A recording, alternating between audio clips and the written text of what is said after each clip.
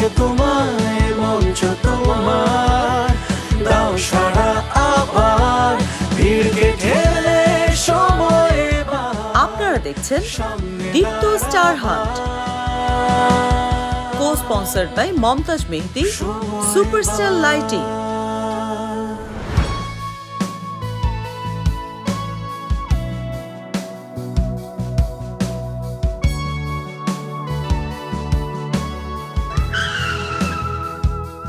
And guess what guys, আজকে আমাদের এই ভেরি স্পেশাল এপিসোডে আমাদের সাথে আছেন আরো একজন সম্মানিত অডিশন জুরি, নাজনীন হাসান চুমকি আপা। কোথায় চুমকি আপা? চুমকি আপু,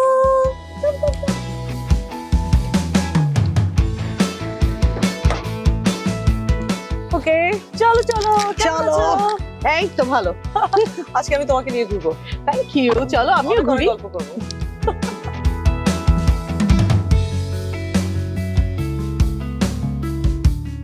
চুমকি আপু, আমি তোমার কাছে জানতে চাই অডিশন রাউন্ডে তোমার স্পেশাল মোমেন্টস গুলো প্রতিযোগীদের সাথে। আসলে অডিশন রাউন্ডের প্রায় প্রতিটা মুহূর্ত ছিল আমার জন্য একটা আবিষ্কার, একটা আবিষ্কার।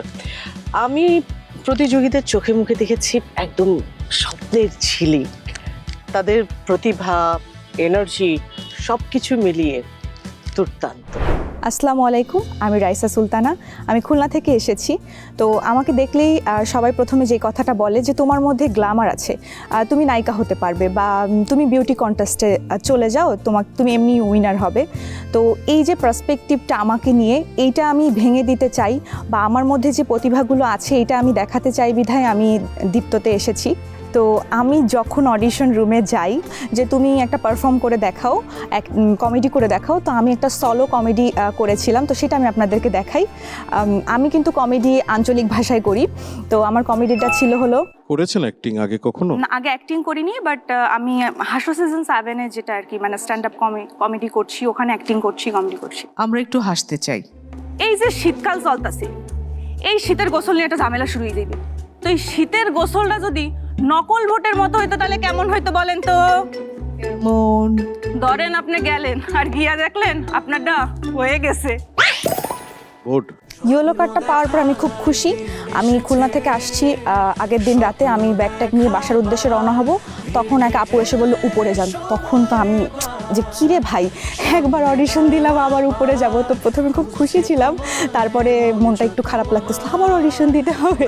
তো ওইটার প্রিপারেশন নিচ্ছিলাম, কিন্তু ঢোকার পর আমাকে বললো এক্সপ্রেশন দাও। নাচো? না, নাচি না, আমি কমেডি করি। হ্যাঁ, না কমেডি তো করো, জি। নাচো না? না। আচ্ছা, আমরা প্রথমে একটু কমেডি কোনো একটা অংশ দেখি। দেবদাসেরও হইনি আমি কারো, আজকে দীপ্তর মঞ্চে আমি আপনাদের ডিজিটাল পারো। দেবুদার সাথে আমার বিয়ে প্রায় ঠিকই হয়ে গিয়েছিল, এর মধ্যে দেবুদা লাপাত্তা। 4 মাস পর দেবুদা ফিরে আসলো। দেবুদাকে দেখে আমি জিজ্ঞেস করলাম, তুমি কোথায় ছিলে দেবুদা, তুমি কোথায় ছিলে? দুঃখটা দেখাও, দুঃখে জর্জরিত একেবারে। আচ্ছা, আমার কি কোনো দুঃখ নেই? না না, এত জোরে না, ডায়লগটা অনেক লো থেকে, একদম সামনে ক্যামেরা, ঠিক আছে? আচ্ছা, আমার কি কোনো দুঃখ নেই? আমাকে কেউ বুঝতে চায় না। এই যে দীপ্ত স্টার হান্টের অ্যাঙ্কার, হ্যাঁ। ঠিক আছে?